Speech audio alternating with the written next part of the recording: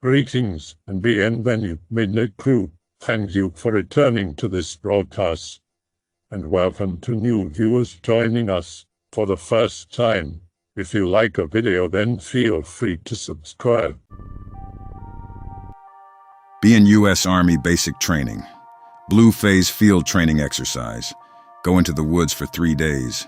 Do training on patrols and combat during the day. Pull security at night.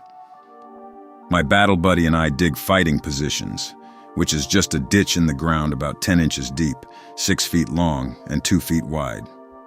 We are both side by side with other people about 15 feet away on both sides. 50% security, which means I sleep for an hour, pull security for an hour, etc. Pulling security is just laying there with your M4, staring into the darkness of the woods. Drill sergeants come and check if you're awake every now and again. 2 a.m. The alarm on my watch beeps me awake. My turn for security. Hey man, it's your turn to sleep. Nothing. You're never supposed to leave without your battle buddy, or at least telling him you're leaving. He must be asleep. Can't see. It's pitch black dark. Fumble around in the dirt. The poncho above me didn't block the rain well. Now I'm soaked. Find my flashlight. Shine it where my buddy is supposed to be, and he is gone. Oh shit. Everything is dead quiet, in very thick forest. I can't even see my hands in front of my face. Look around for my squad leader. His foxhole is right next door, so I walk over with my flashlight. Nobody there. Checking more, I can't find anyone. Walk over to the platoon guide's foxhole to tell him a lot of people are missing. He isn't there, and the radio used to talk to the other platoons is just sitting there. I pick up the radio, say my call sign along with a radio check. I hear, "Finally someone. Where did everyone go?" Sounds nervous. He didn't even bother to talk properly on the radio. Say I don't know what's going on. He tells me he is 2nd Platoon's platoon guide. Tell him I'll come to him. Carry the radio. He guides me the way over. Can't see the shine of my flashlight since it's a weak red lens flashlight. After a few minutes, he stops responding. About 15 minutes later, I find his foxhole. I can tell it was his because the radio is just on its side with the cord extended, like he just dropped it. See the ammo point and entrance to our area of operation. Why is nobody guarding it? Walk uphill to the porta potties. Nobody there. Suddenly hear machine gun fire and M4s shooting over by my platoon. Only blanks, which is rather common over the night. Run down and still can't find anybody. No shells lying around the machine gun nest. In fact, the M240B is gone completely. Of course, nobody is there either. No evidence that anyone was firing at all. The wind picks up. The trees shaking and the rain gets harder. Suddenly feel like I'm being watched. Why did 189 people just disappear? Go back to my foxhole. Decide fuck it and fall asleep. 5 a.m. My battle buddy shakes me. Hey Anon, wake up. Don't forget to shave. There's going to be an inspection. Platoon guide comes up. There it is. Why the fuck do you have the radio? I was worried when I couldn't find it. My battle buddy asked me why I didn't wake him up to pull security. What? Did you tell anyone about that shit? I asked around the next day if we were supposed to do anything last night, and they said we all were just supposed to pull 50% security like normal. I asked my squad leader how often he checked on the squad. He said he caught people sleeping and brought up how we talked briefly around 1 a.m. Then he went back to sleep. Squad leaders were exempt from pulling security, so he just slept until wake up. Most people said they dozed off during their security shift from 1 to 4 a.m., except for the tough guys who were obviously lying about being awake all night. But I checked every fighting position in my platoon, and nobody was there. Never been more freaked out in my life. Just the pitch-black woods, along with the shitty conditions of being soaked, cold, and any part of my body that was dry was covered in dirt. There's this place we call the Devil People. Old Nam vet friend and his cousin found the place. It's on Maple Road in South Bend, Indiana, I think. Not sure which county exactly. Country road. It's just swamp and woods on one side and a gate that leads to a small clearing with chopped wood and an exit to a cornfield. If it's empty, if there's corn. There's no way out but through the corn or back through the gate. We go out to devil people one night with flashlights and cameras. Normally nobody gets out there, but I wanted to get out and check shit out, so me and my friend did. Friend's little brother, mom, and sister stayed in the vehicle. We're taking pictures and audio, asking questions. They're scared, so they won't shut the car off, or the headlights, so they pull forward so we can get better audio. We're checking stuff out at the gate. I decide to open it. It was just a bungee strap. We walk up to the truck and are talking to the rest of them for a second. Then we walk back to the gate. As we approach the gate, with the dim light my phone produced, I saw markings on the ground in front of the gate that were not there before. I call my friend over to bring his light over, and the markings were nothing we could make sense of. Also, they looked like they were burned into the ground rather than carved or spray painted.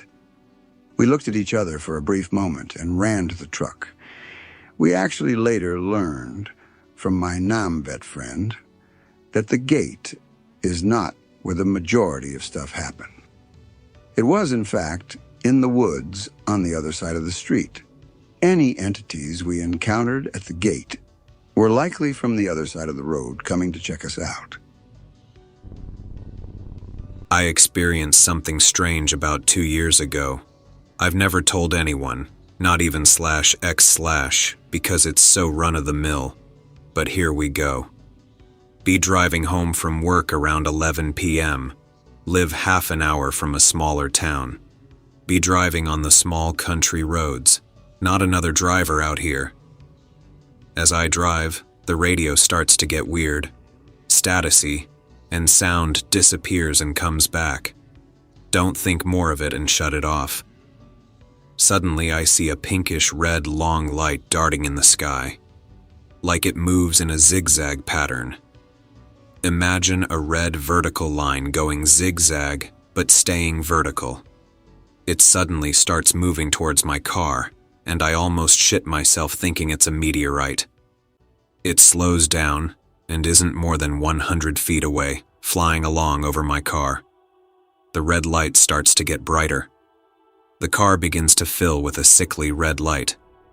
Suddenly, my car dies. Just completely shuts off. Panic.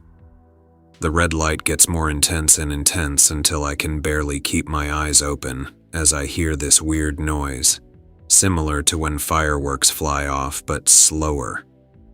That's the last I remember. Wake up in some field, get freaked out. Holy shit, what happened? I'm cold as shit and my mouth tastes like metal, trying to spot where the nearest road is to this cornfield. I think I know where I am. Walk towards my car, see it after walking for like 5 minutes. Get in, won't start at all. Battery's completely dead. Grab my cell phone, 3:44 a.m. Fug. Call the tow truck. Wait until he gets there.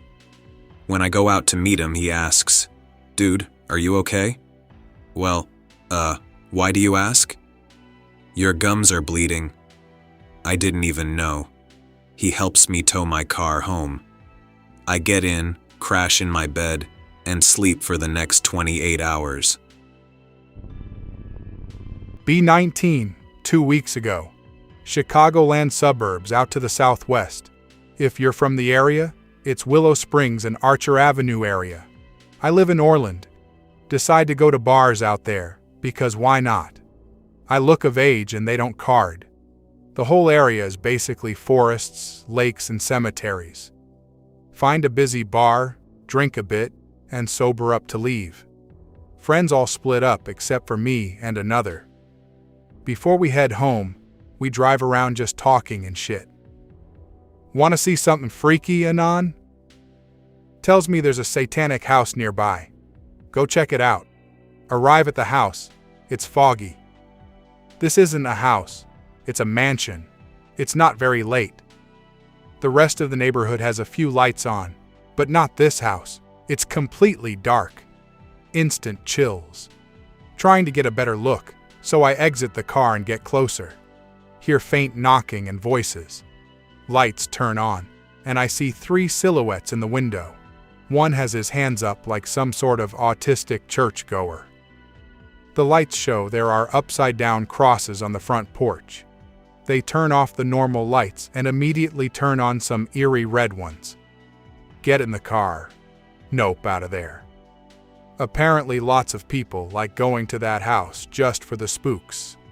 Also, the property has alarms and motion sensors. Lots of people like to mess with them apparently, which is why they probably knew we were there. I went back during the day just for the fuck of it, only to find out the only vehicles they have are white vans. Not spooky, but definitely nopey. Be 13 at the time. Live with my family in a tiny cottage in the woods. 2 neighbors a few yards away in both directions. A deserted road connecting each house. Always feel unsettled if I walk around during nighttime. Feel like someone watches from outside windows. Weird shit just happens frequently. Like our dogs run into the woods and return with treats or toys we did not give them. Anyway, Mom sleeps on the ground floor living room because she feels safer with our dogs being there. She starts complaining about knocking during the nights. It wakes the dogs. Just 2 or 3 taps. Eventually get used to it, thinking it's a tree branch or something. One day I slept with her on the other couch. Wake up during the night, look outside and see some sort of light down by the vegetable patch. My face when I'm reminded there are badgers there and it must have been its eyes. Nearly pissed myself. Make tea, go back to see if it's still there. Must have calmed down because I see the same thing again, but this time recognizes it as a flashlight. Bolting it right there. Basically lock myself in the bathroom until sunrise, not even gonna wake my mom. We call the police the next day. They say there have been a few break-ins on the other side of the town. The robbers basically walked around the house while others were sleeping. The knocking was them trying to acclimate the dogs to noises. They fucking befriended them while in the woods. We set up a couple of strong lights and installed an alarm. Someone managed to steal our lawnmower, but nothing happened after that. This happened to me a few months ago in the dark winter time. Driving back from Burger King with a friend at night, driving through the woods as always. All of a sudden there are deer or bambies crossing the street. I stop to wait until they're gone. My friend woke up after I stopped to check what's going on. Suddenly my friend says, "Dude, is someone with a camera behind one of these trees?" I look and focus on the red dot behind the tree. Oh my fucking god, .gif. I saw one red dot in the dark area behind the trees. Start to focus to see what's going on. Turn my headlights off to see some more. After a few seconds in the dark, we suddenly notice that there are 2 dots right next to each other. My friend starts getting nervous. He starts to whisper that we should get out of here. Turn the headlights on. It's right in front of us. In this moment, we were silent, only hearing the engine and a creepy, dark noise. We're just staring at this thing walking by. It ran off at light speed into the woods. We were just sitting there in the car for 30 seconds, looking around and at ourselves. After realizing this was not just some creepy guy, I drove off like a maniac. We stayed up all night smoking cigarettes. This is the worst shit I've ever seen. I'm still getting goosebumps just thinking about this. My friend has since then been a different person and haunted by demons or ghosts or whatever. Live on a farm with Papa and cousin Uri. Uri is 2 years older than me, but he is not as strong as I am. When he was small, he barely survived an accident involving machinery and sheep stock. Because of this, he lives in much pain. Hard to sleep during the winter months for Uri. One night, Papa does not come home from town. Uri and I begin to worry. Make a plan to walk up the roads and find Papa. Town is almost 23 kilometers away. No, we will need water and flashlights. Pack a bag of supplies and rations and head off into the chilly night. After much time and no sign of Papa, worry has become dread. No more Papa for me and Uri. Filled with sadness, see flickering lights in the distance. Not on the road, but at the edge of the woods, get closer and see Papa's truck wedged between trees and brush. It had slid off the road facing the way we came from. He had been on his way back home. Truck found, but no Papa. Worry fills Yuri and me. The nearest phone is in town and of no help at night. Begin to scream for Papa, thinking he might hear me if nearby. Hear rustling in the trees. Yuri and I shine our lights and watch. Rustling grows more intense. Our stares intensify as well. Whatever makes the noise and sound we cannot see. Try to shine light in the area but see nothing but bushes moving quickly and zigzagging much. Scared for Papa but do not know what to do. Turn to older Yuri to ask for advice. No Yuri. He had started running back home from fear. Accept defeat and begin to pace home as well. Much darker and colder now. No Papa, and now no Yuri. Confusion claims my soul. After much time passes, make it back to the farm as the sun rises. Yuri had gone to sleep and I did not want to wake him. Go into Papa's room to look for him. Find his truck keys on the nightstand. Eh? The truck is now in the driveway, but no auto had passed me. Brain hurts. Many days later, find out Papa had gone hunting nearby. Uri accepts this explanation despite it making no sense. I secretly hate Yuri. Be me, 17, with my brother and 2 friends. We're out driving, looking for adventure, be it in the form of forest exploration or drugs. We live in DeKalb County, Georgia. End up in Brook Run Park. This park has abandoned buildings throughout it that used to be a state mental hospital. Cliché, I know. The main building is usually barred from the inside, but we see some other teenagers have managed to get in, so we follow. These guys have flashlights, and we now have a huge group of about 7 wandering around this dark, creepy, abandoned mental hospital.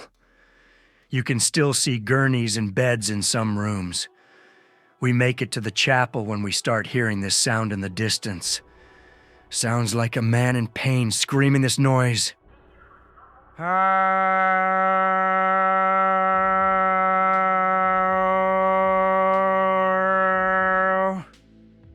Friend, a stranger, and I immediately run towards the source of the sound because we thought someone might have been hurt. It leads us to the old boiler room. The sound seems to be coming from the walls. After about 7 seconds of this shit, I nope and run upstairs with my friend. The fearless stranger comes back and has taken a picture with his phone of a pile of dead rats he found down there. All the while, the noise is still blaring. He chalks it up to the pipes. It is just then that 3 ceiling panels come falling down, and we hear a woman scream. I am the only woman in there, so me and my friend run out and call for the other friend and brother still in there to come out. That building is now condemned. 6 months ago. Lurking on 4chan, not really doing anything. In my room, my computer desk faces the window and my door is behind me. My door is closed but not completely shut. The door opens. Thinking it's just my cat, I turn around to greet him. My cat isn't there. Get a really unsettling feeling. Feels like something is standing in my room. I say, "Get out," in a calm voice. A shadow goes across my room, and in the reflection of my doorknob, I see something black shoot across and go out my door. Noped and ran over to my door, shutting it tight. Spooky happenings in that room. Not so much to me, but it was my older brother's room before he moved, and he always had weird experiences. He swears he got possessed one time. They're not super interesting, just weird occurrences that make him believe something was controlling him. He said one time he was sleeping, suddenly woke up and felt really angry. He then just started running back and forth down the hallway and yelling. No one was home, so no one else saw this. There was one story, though, that creeped me out a bit. My brother, hanging out with his friend playing FIFA. They're just talking, joking around and stuff. His friend says something to him, but he doesn't respond. His friend turns to him to see my brother just staring at him. Friend says his name. Brother's head snaps up really fast, and he's just staring at the ceiling. Friend says his name again. His head slowly comes down, kind of moving side to side. He stares straight ahead at the TV. His friend is freaked the fuck out. My brother turns to him and asks what's wrong. He didn't even remember anything at all. He thought they were talking and his friend was just staring at him weird. He pretty much shit himself when his friend told him what happened. The only paranormal experience I've ever had happened just a few months ago. I wasn't anywhere out of the normal, just driving along Route 1 late at night, like I always do when I can't sleep and don't have work in the morning. I'm passing through one of the more remote areas in between towns, where suburbia briefly gives way to the country and farmland starts taking over. As I'm pulling away from one of the infrequent stoplights at the closest thing to a major intersection for the several miles, a tiny yellow late 1950s or early 1960s convertible sports car, who wasn't caught by the red, overtakes me. They are moving pretty quickly, but being in a much newer car, I get up to speed and close the gap pretty quickly. Coming up from behind them, the car looks to be in pretty good condition, aside from the paint being quite faded, and what I can see of the interior looks a bit weathered. In the driver's seat is a woman with short dark hair driving, but I can only see the back of her head. At this point I'm feeling really uncomfortable, and just generally a little off, but I dismiss it, assuming it's just the same sort of pointless anxiety that keeps me up at night and leads me on these drives in the first place. I convince myself that there is nothing out of the ordinary about another car, even an old, slightly creepy one, being out this late. If anything, there should have been more cars on the road, even this late at night. Pushing the fear to the back of my mind, I pull up beside them to get a better look, since I rarely see cars like this. The woman driving turns to me, and suddenly, the fear I had pushed away comes back with a vengeance while my heart explodes with adrenaline. The woman driving has no face at all. Not like skin pulled tight over a skull. She actually had no face. Bone structures like cheekbones, eye sockets, brow ridges, and even a proper jaw just weren't there at all, as if someone had sliced off the entire front of her skull and stretched a sheet of slightly too pale skin across it like a blank canvas. And she is facing right towards me. Needless to say, I fucking book it. They don't try to follow, and surprisingly quickly, the headlights behind me just vanish as if they had turned the car off. Once you go into full panic mode, it isn't that easy to wind down though, and there was no way in hell that I was slowing down. I drive like I have the armies of hell at my back until I reach the first well-lit gas station, get out of the car, and panic vomit until I'm retching and my mouth and nose are filled with the bitter taste of bile. That's pretty much where the story ends.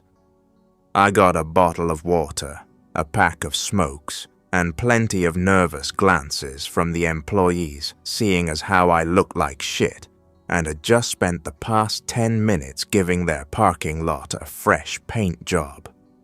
But nothing else happened that night. I don't drive late at night anymore, though.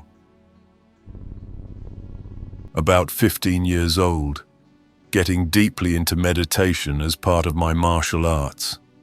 Attend a number of meditation gatherings with people, doing standard Buddhist meditation at a local Tibetan temple in Toronto, but also with some New Age guys who do visualization exercises, which are similar to focused meditation. Do what our mentor in the New Age group calls the door visualization. You go into a deep meditation and focus on picturing a door, any door of any kind, and block out anything else. Once you can perfectly see only the door, you reach out and open it. I open the door, and on the other side is an infinite plain of nothing but cracked earth and mud. A single guy is standing there, and as soon as the door opens, runs past me through it. He puts a hand on my shoulder and goes, "It took you a really long time to get here. You're going to need to think about some things." It is at this point when I realize he has no features at all. No clothing, just the vague shape of a person. I freak out and scream.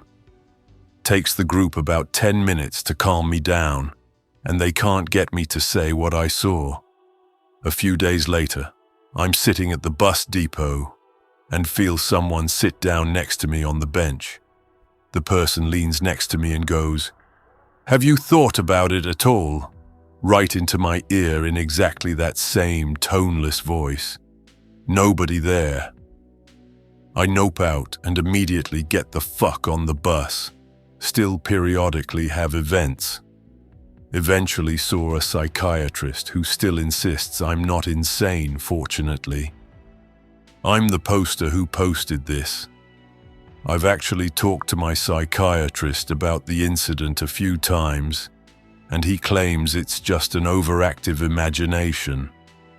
Apparently, it's actually quite possible to traumatize yourself if you're in a highly suggestible state and someone says something foolish, or you're in a fragile emotional environment of some sort. This is why group hypnotherapy isn't usually a thing. Meditation puts your brain into a specific mode that's kind of between awake and asleep, where it processes information differently, and mine just kind of went off the rails. I suffer from occasional auditory artifacts that intrude when I'm especially overtired still, usually involving this guy from that previous experience. So the idea of doing it again is absolutely abhorrent to me. It's bad enough as it is. I've gone as far as to deliberately force myself to stay up past my sleep threshold a few times and tried to be receptive to the conversations, but it's always just as bad an experience as the first time. Shattered bits of conversation, nonsense dialogue, but all of it is unbelievably real, as though someone is literally sitting next to me and talking directly into my ear. It's always nearly enough to force me into flashbacks or a panic attack, so I don't push my luck with it. The New Age folks who I no longer associate with, big surprise there, figure. It's some sort of being actively trying to communicate with me because I'm receptive in some way. I have to call bullshit on this one though. Doesn't change how disturbing it is. That's 2 months ago. Go to community college every morning driving down the freeway. Use the same road going and coming back. Had a weird dream of a friend who died 4 years ago. Realize we're both on a freeway. How did I get here? .jpg. Begin asking questions without getting any answers. Look behind me, and when I look back, I see her covered in blood but still emotionless. asked what's going on. She simply points to the service road and smiles. Just then, a truck pops out of nowhere behind her, running her over and about to hit me. Wake up shitless and sweating bullets. Realize I'm going to be late to class and take off. Get on the freeway but have a sickening feeling, and then remember back to my dream. Decide to take the service road to the college even though I'll be late. As I'm getting off, a car hits a truck from the left side, so the car swerves to the right and the truck does a 180 and hits the person behind him. That could have been me. That moment when my friend warned me of a car crash.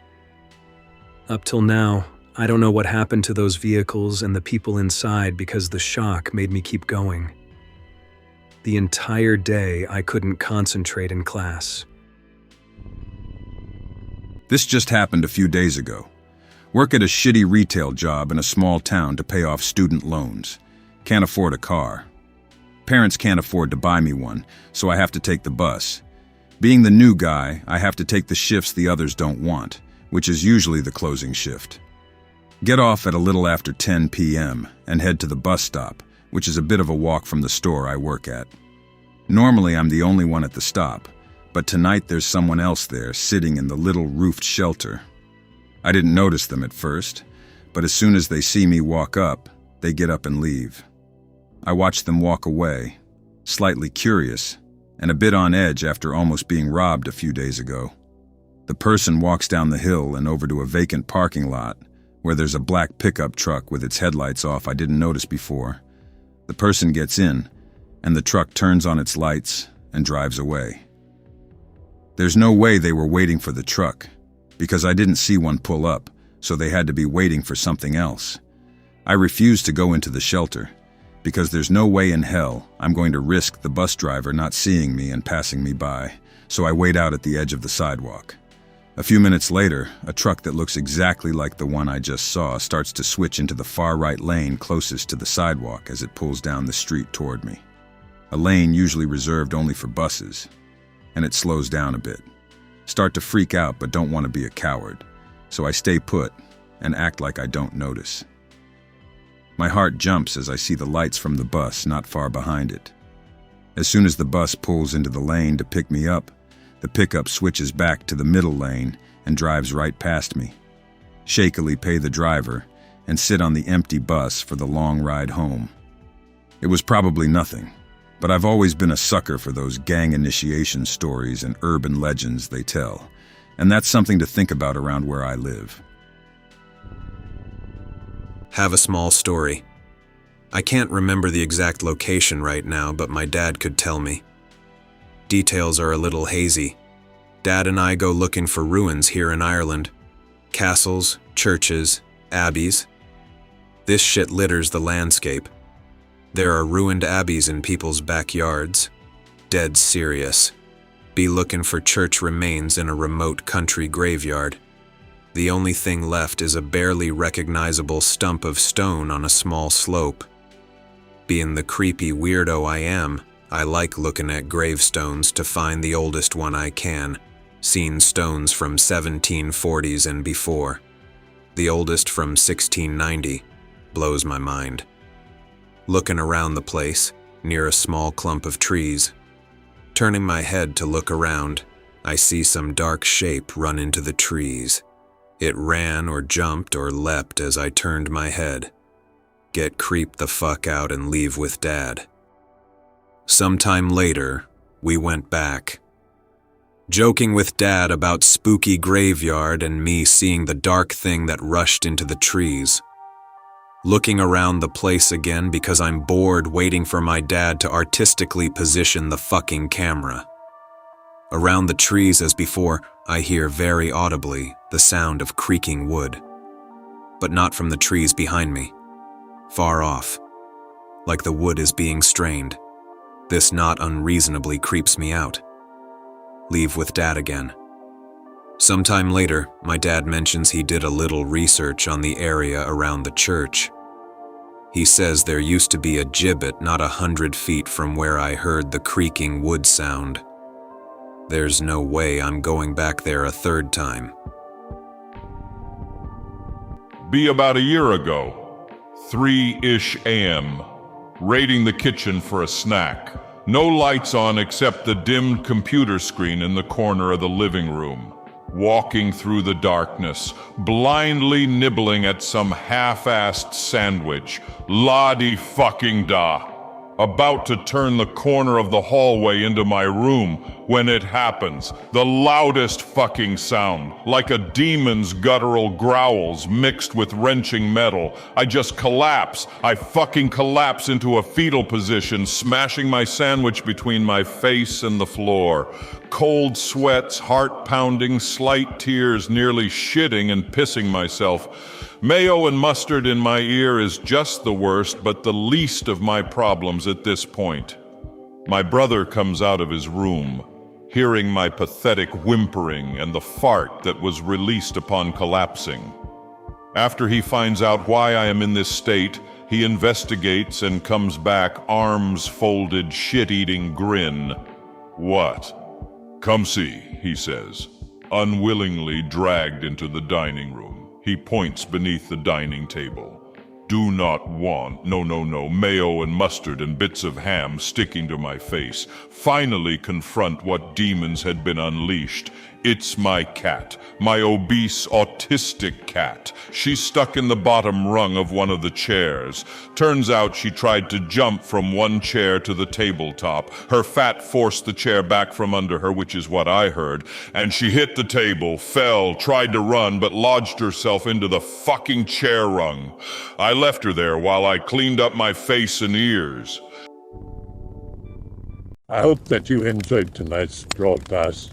If you enjoyed tonight's story, then please subscribe to the channel, as more Greentext will appear daily. A new broadcast will appear when the clock strikes midnight Central Time.